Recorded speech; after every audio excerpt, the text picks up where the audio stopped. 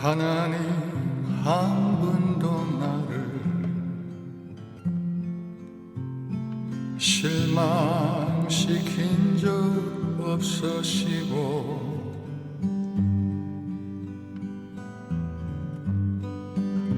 언제나 공평과 은혜로 나를 지키셨네. 여러분 반갑습니다. 주님 전리동 함께하시기에 찾아오신 여러분을 하나님의 이름으로 축복하고 환영합니다. 지난번 2차 내 인생의 마중물에 대해 말씀드릴 때도 제가 말씀드린 대로 저는요 아무것도 내세울 것도 무슨 귀한 능력을 행하는 사람도 아니고요, 그냥 우리 주변에서 흔히 만날 수 있는 그런 죄 많은 평신도가 한평생 살아가면서 겪은 좌충우돌 이야기니까요, 어떤 기대감을 가지셨다가 실망하시는 것보다는 그냥 편하게 평신도에게도 이런 일도 있구나 정도로 이해해 주셨으면 합니다.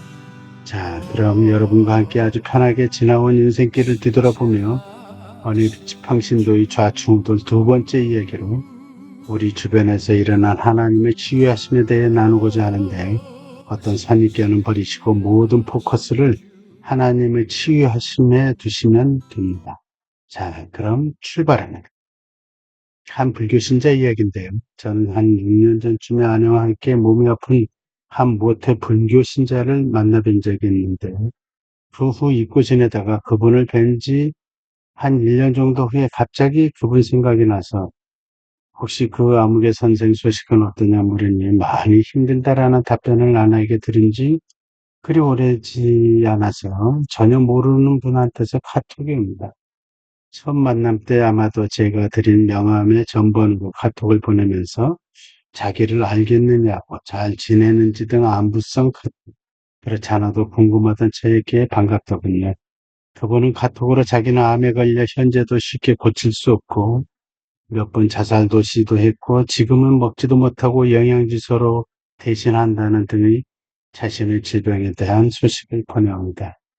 그분은 카톡에 자신의 전번을 남기지 않아 그때부터 우리는 카톡으로 소통을 합니다.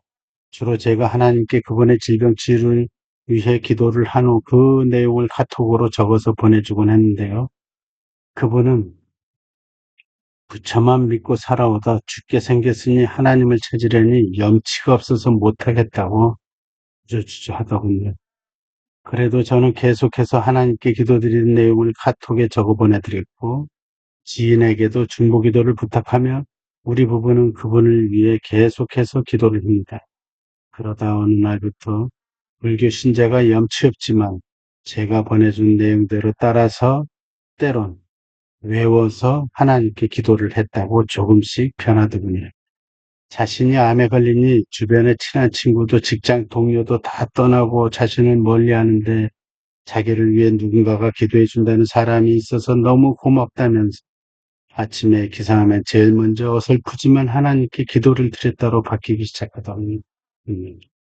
성경책을 드리니 보살수진인 부인한테 들키면 안 되니 차 안에서 숨겨놓고 있는다는 이야기도 전하니 참으로 조금씩 변해가는 모습에 아내와 함께 더 열정적으로 하나님께 매달렸습니다. 세월이 좀 지난 후 그분이 저희 사무실에 찾아옵니다. 그때 하나님께서 그분을 위해 기도하라는 감동을 주셔서 제가 기도해도 되겠냐고 물으니 기도해 달라고 하대요. 그래서 사무실 문을 잠그고 불도 끄고 우리 두 사람 핸드폰까지 다 끄고 이렇게 기도 준비를 합니다.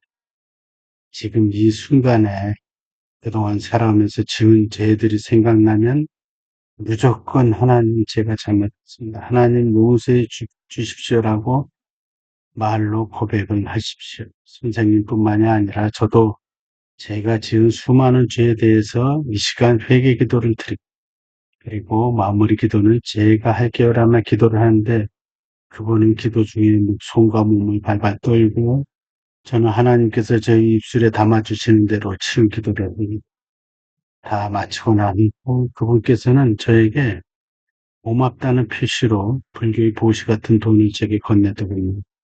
끝내주시고 가시길래 받아두었다가 제가 부산의 재정적으로 어려운 작은 교회 간증하러 갔을 때 그분 이름으로 하나님께 첫 감사 헌금을 올려드립니다. 그 후에도 오랫동안 그분과 우리 부부의 기도는 계속되던 어느 날 그분께서 우리 부부를 식사 대접을 하겠다면 만나자 한 식사 후 전해온 그분의 말은 자신이 암이 치유되어 명퇴하려던 직장으로 며칠 후에 출근을 한다네요. 할렐루야. 우리 부부는 몇 번을 하나님 감사합니다. 하나님 감사합니다. 할렐루야를 외친지 모릅니다. 건강해진 그분이 다시 부처에게로 돌아갈까봐 만일 너희가 여호와를 버리고 이방신을 섬기면 너희에게 복을 내리신 후에라도 돌이켜 너희에게 화를 내리시고 너희를 멸하시리라라는 신명기 24장 20절 말씀을 절대 잊으시면 안 된다고 카톡에도 담아드리고 또 전해드리며 몸이 좋아졌다고 해서 다시 옛날로 돌아가서 이방신을 섬기면 큰일 난다고 하니 앞으로 자기는 절대로 저래가는 일이 없다고 강조하더군요. 그분의 요즘 근황이 궁금해하실 것 같아 말씀드리면요. 그분의 건강은 아주 좋고요. 암이 치유된 후 초기에는 교회에도 종종 나오시더니 요즘에는 절에는 가지 않지만 집 주위에 가까운 교회를 다니라고 해도 교회와는 좀 멀어지신 것 같아 많이 아쉽네요. 이번에 나누고자 하는 말씀은요. 제가 섬기는 교회의 한 어린아이의 바이러스가 심장으로 들어가 대학병원 중환자실에 입원하였고 전 교인이 합심하여 기도하고 교회의 중보기도 팀도 하나님께 릴레이로 쉼없이 부르짖고 있었습니다. 저와 두 명의 교우가 대학병원을 찾았을 때 그 아이 아빠는 심장이 안 뛰어 인공으로 즉 기계장치로 심장을 뛰게 하는데 아이 피부가 약해서 기계장치도 잘 안 된다며 참으로 참 힘든 얘기를 합니다. 오늘을 넘기기 힘들다는 그런 말을 하며 울먹이는데 저희도 너무 가슴이 아팠습니다. 그때 슬픔에 잠겨 아무 말도 못하고 있는 저희 입에서 갑자기 가족 중에 누가 계시냐 하니 할아버지가 와 계신다고 하셔서 오시라고 하고 우리 모두 중환자실로 가자고 하는 우리는 아이가 있는 중환자실 복도에 섰습니다. 그때 제 입에서는 또다시 저희 생각과는 상관없이 전부 손잡고 통성으로 기도하고 마무리 기도는 제가 하겠습니다. 라고 하며 우리 5명은 중환자실 복도에서 울며 통성으로 기도했습니다. 그리고 마무리 기도는 하나님, 정교인이 지금 이 시간에 이 어린아이를 위해 기도하고 있습니다. 그 기도에 응답하여 주시옵소서. 저희도 지금 중환자실 복도에서 이렇게 울부짖으며 기도하고 있습니다. 이 어린아이를 하나님께서 꼭 치유해 주시고요. 이 어린아이가 병원에 들어올 때는 실려서 들어왔지만 나갈 때는 자기 발로 걸어나가게 해 주십시오. 그리고 이 어린아이가 완치되어 정교인 앞에서 배꼽 인사를 하게 해 주십시오라고 기도를 마칩니다. 그런데요, 그 다음날 꿈으로 치닫던 그 어린아이 심장이 다시 뛰기 시작하였고 나중에 태어난 후 정교인에게 감사의 배꼽 인사를 드렸답니다. 할렐루야. 하나님께서는 죽음의 공포에서 떨며 울고 있는 그 어린아이 절박한 심정으로 전 교인이 합심하여 기도를 올려드리며 하나아이를 살려주셨습니다. 주세 사람이 땅에서 합심하여 무엇이든지 구하면 하늘에 계신 내 아버지께서 너희를 위하여 이루게 하시려는 말씀대로 한 생명을 살려주신 하나님께 다시 한번 감사를 드립니다. 끝으로 이 평신도 주변에 하나님께서 치유 역사를 행하신 사례는 많이 있지만 성경에 나오는 혈루증 걸린 여인의 치유 이야기로 들어가고 싶습니다.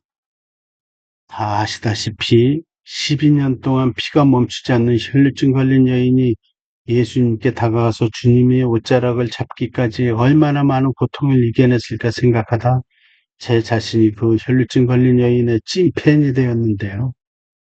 우리들 어린 시절에 동네에 정신 좀 이상하거나 거지 형색의 몸치장이 이상한 특히 아줌마가 나타나면 다른 곳으로 가라고 욕하고 돌멩이를 던졌듯이 그 혈루증 걸린 여인의 옷은 피가 묻어 있고 피가 멈추지 않으므로 악취가 진동했을 것이고 군중을 따라가다 보면 혈루증에 걸린 사람과 접촉하면 죽을 수도 있다는 것을 아는 많은 군중들의 욕설과 수도 없는 문매를 맞았을 것입니다.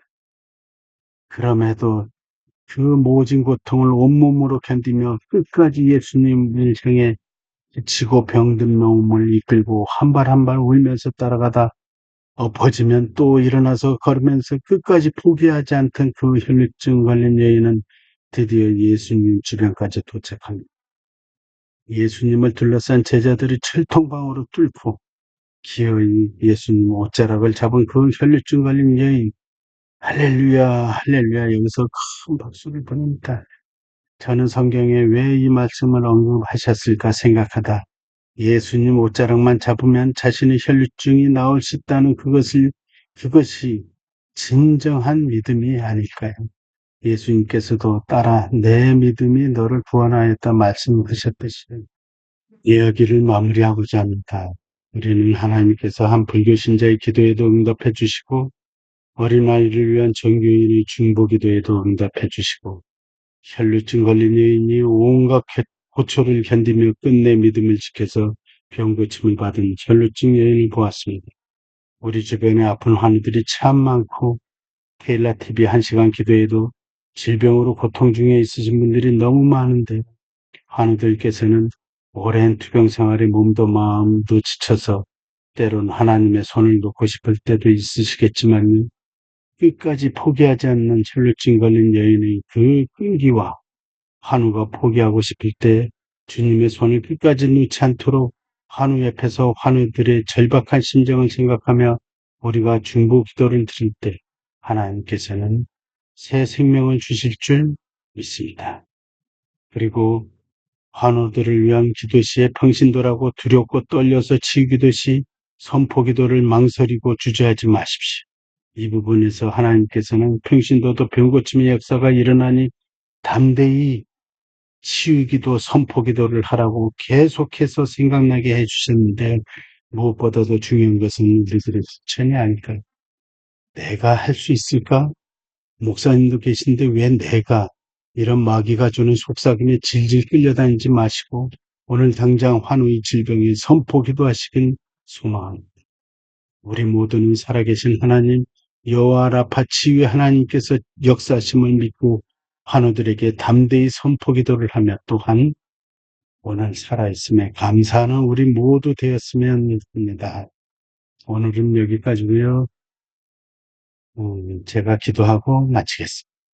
하나님 아버지, 우리 주변에 질병으로 고통 중에 있는 환우들이 너무 많습니다.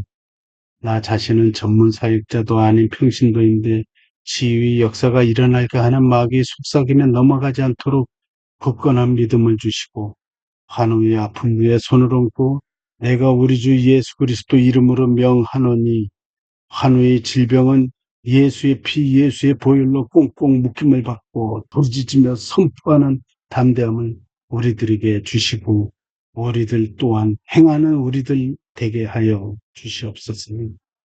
이 주님 접니다 코너를 위해 제작과 편집을 위해 헌신하신 테일라TV 기도 찬양 사역자님의 사역에 넘치는 복을 부어주시고 좋은 동역자들을 붙여주시옵소서.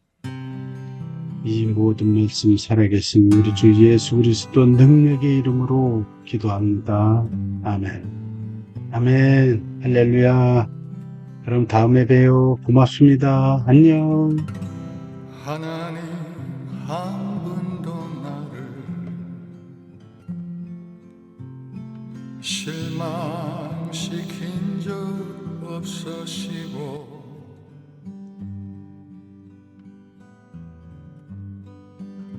언제나 공평과